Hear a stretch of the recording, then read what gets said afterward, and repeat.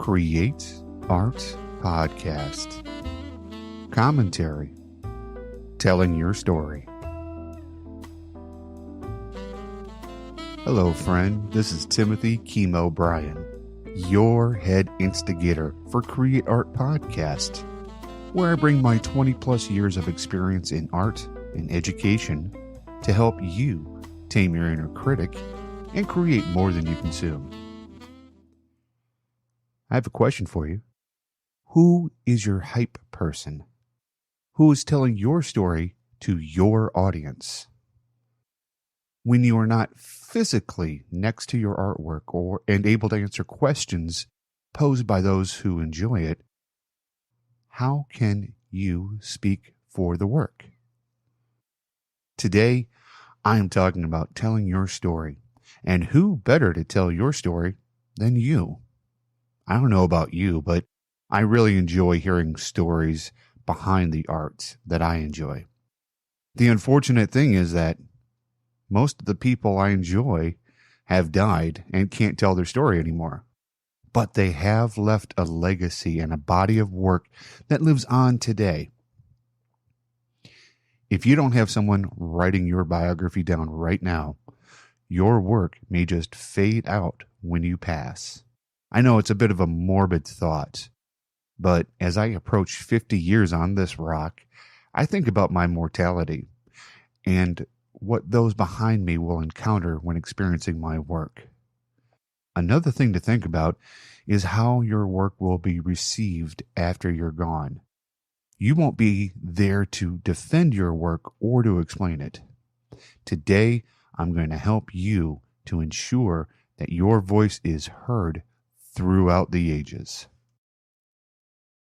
When you go to an art gallery that specializes in work from previous centuries and read those little cards that describe the piece, do you wonder how they got that information? And do you wish that they would use a bigger font? I know I do. I'm getting close to 50. I wish they would use bigger fonts. Some of it is combined from the artist's writings or biographies, hopefully, but usually it's done by an art historian compiling information from sources that may or may not be primary sources. Now, this is a huge gamble that I don't want to leave to anyone who barely passed art history or relies on Google or Wikipedia searches. When you hear about the inspiration of the work directly from the artist, whether it be from their notes or recordings, it adds a framework that can make the piece better than simply its visual appeal. Now, I really like hearing those stories, and it gives me a greater appreciation for the work. I'm still left to my own interpretation of the work, but now I have a bit of a backstory. I am this way about all forms of art, not just paintings. When you read the biography of artists, you get to peer into their world, and sometimes that explains why they approached the work the way they did. Another reason why I think it's important to have the last word on your work is that tastes change. What is stylish now, attitudes that are accepted now are not necessarily going to be accepted in the future. Take, for instance, Charles Bukowski. Now, I'm a huge fan of his short stories. Not a huge fan of his poetry, but give me the short stories and I'm all about it. Not many people can write the way he did or can be so open and honest about their experiences. Now, if he had started in 2022, he would not have the same audience that he had in the 70s through the 90s. And that's with a 19 in front of it, folks, not the 20. In fact, I would wager he would be canceled in our culture today versus his heyday. And that, in my opinion, would be wrong. Now, don't get me wrong. I'm not a huge fan of many of the choices he made or how he portrayed women. I'm a dad of 2 girls. But what he did for amateur writers is undeniably empowering by showing that a simple life told in a certain unflinching way can sell books. Luckily, there is a wealth of biographies on him and recordings so that we can, know from his own mind what was going on and the struggles he encountered on the way. We may not agree with how he lived his life, but we can appreciate what he did for future writers. If you read Tucker Max, who is arguably a modern-day version of Bukowski, you get a familiar feeling of his writing style. Unfortunately, his work is going to be very misogynistic. Don't get me wrong. This episode is not a tirade on cancel culture that we are experiencing today. It's just an observation on how to make sure that your ideas and the reason behind them go out and no one speaks for you except for you. When I look at the past writings of myself, I can see where I have grown of my acceptance of other people and cultures and perhaps a mellowing of my ideas. But at the heart of my work is a blue-collar, do-it-yourself guy who ruffles feathers when I ask why things are the way that they are. Now, I won't let my kids read, some of my older work until they are, about 18, because it's not for them. And when they do read it at that time, I hope I've explained myself fully enough so that they will be able to understand what I am going for, even if they don't like the way in which I relate my perceptions of the world. One last point I'd like to make, that telling your story is an art form all into itself. Now, not a lot of people can do themselves justice when telling their audience about how they came about creating their work. There are a number of reasons for this. Maybe they don't want to appear to be bragging, or they suffer from imposter syndrome. Maybe they don't want their audience to get that close. Or lastly, they haven't had a good example on how to effectively tell their story. Telling the story of what you were thinking while you're creating your art is usually the last thing on an artist's mind. They create the work and then move on to the next. But by keeping careful records and notes of what you were feeling or experiencing during the journey of creating the work, it adds value to the finished piece. Showing the process, whether it be in an artist statement or creating the backstory for the piece, is interesting for the audience. And it lets them know what's going through your mind while creating the work. It's in your words, and no one can take that away. In fact, it may make your work more accessible to your fans. So you're probably thinking right now, how can I do this? How can I tell the story of the work and what I was thinking? Well, the first thing you can do is start a journal for each piece or for the group of pieces that you're working on. Start right now. Hit pause on the podcast and go grab a journal and start writing in it. And then, when you get done writing in it, unpause the episode and listen back on in. Now, even if you're in the middle of something, grab a journal, either digital or paper, and start writing your thoughts and feelings. Is there a right way to do this? Absolutely. The way that works for you, so that you can easily get back in the mood or feelings of what you were creating while you're creating that work. Make it easily searchable. That, kind of leads me to think that a digital journal may be the best choice because you can search for keywords that resonate with your work.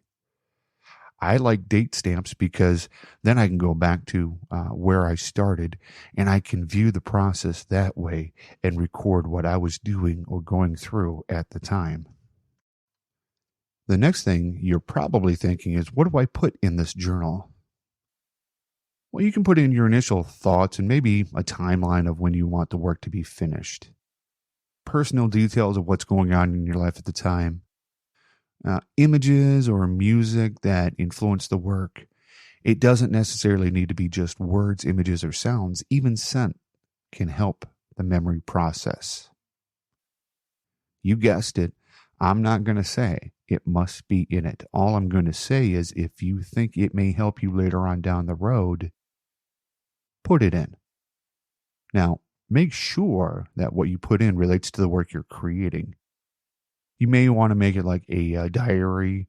And again, I like the digital method of recording ideas, and that may be the easiest way for you to do it. Also, you want to think about how much of this is going to be relayed to the audience. They may not need the details of what you're snacking on while you're creating the work. I mean, for me, I'm eating a bowl of steel-cut oats and dried cranberries. But knowing, some of those details, it may be nice to know that, hey, you had a surgery that made you change how your work process went, and that provided you a new outlook of your work.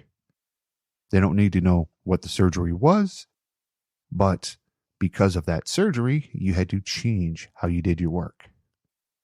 Now, I've had interesting thoughts while inside an MRI, and I attempt to record those ideas down, and then that way I have something to, create. Usually it turns into a poem for me, but it can be as simple as a doctor's visit and what happens in the waiting room. Keep in mind, this is not your idea book to get inspiration on creating a work. It's a journal of when you started or just before you started. You can include in details of the idea book, but this is not the place for that initial inspiration.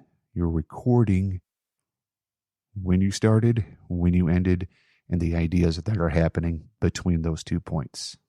Now, let's look at some ideas from other artists about why it's important to tell your story and how to do it. In the first article I researched by Get Your Shit Together, I love that website, they provided a detailed outline of how to write an artist statement. They've broken it down nicely for you, and yes, the links are going to be in the show notes. So they break down what an artist statement is, and more importantly, what it's not. The artist statement should be welcoming to the reader and not a brag fest. It should be as long as needed, and they recommend no more than 1 page. In fact, they recommend a few different size statements, but the biggest one should be no more than 1 page. Now, this limitation is great. It's a great way to be creative in that you're putting down the essential things for your audience to understand the work that you're attempting to get across to them. Now, the article shared 12 reasons why an artist statement is important, and I really liked the reason that it helps you clarify your ideas to your audience, and more importantly, to yourself. If you know you're going to write an artist statement for the work, it can help you stay on track. The next topic is the types of artist statements: a full page, a short statement, a short project statement, and a bio. Now, this all really depends on the audience and how it's going to be used. You may need a full-page statement for grants and funding or to attend grad school. You could use a short statement for a gallery where somebody is requesting an interview. And you should at least have a bio on your website and to be, included with your work so that way people can peer into your existence a bit and find ways to connect with you emotionally, intellectually, or even spiritually. There are several recommendations on how to write it, but the thing I really like was keeping it in the first person, and the statement should, conjure up images.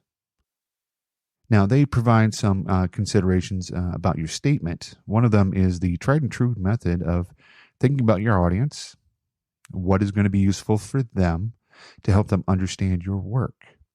They also recommend being honest with yourself and your approach to the work.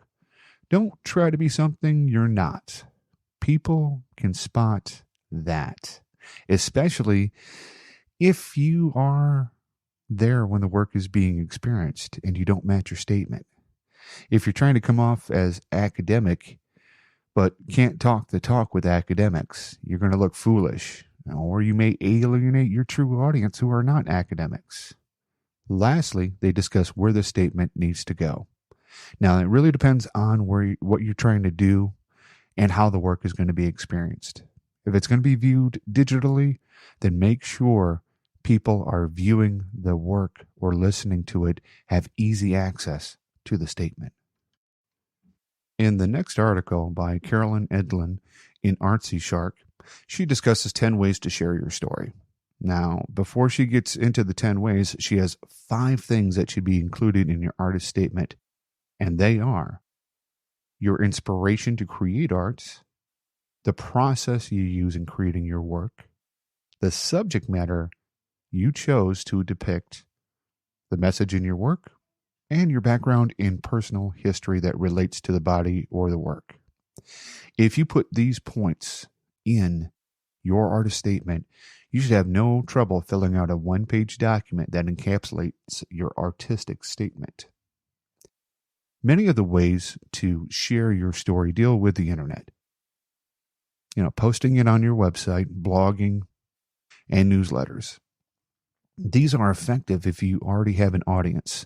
But if you don't, these may be ways to cultivate your audience and get new people to follow your work.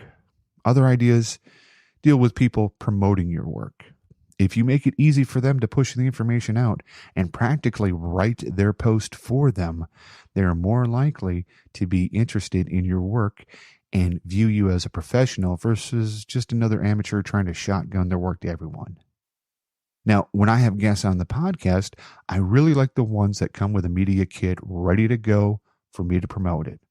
And it makes it easier to write about them. Lastly, there are the interactions that you have with your audience, whether it's a speaking engagement at a booth at a conference or a sales event. You want to have the statement ready to go no matter where you encounter your audience or where they encounter you and your work. So there you have it. Why telling your story is important and some ways to go ahead and tell your story. I'd be interested in how you accomplish this. If you have an example, please forward it to me via email, timothy@createartpodcast.com. And just to let you know, I have a bio up on my website. It's at createartpodcast.com/your-head-instigator. So check it out. And I have it on my YouTube page as well. On YouTube, you just go to Create Art Podcast. I try to practice what I preach when I talk to you. Now, go out there. Tame that inner critic. Create more than you consume. Make that artist statement. And let the world know what fuels your creativity. Oh, and by the way, go make art for somebody you love. Yourself.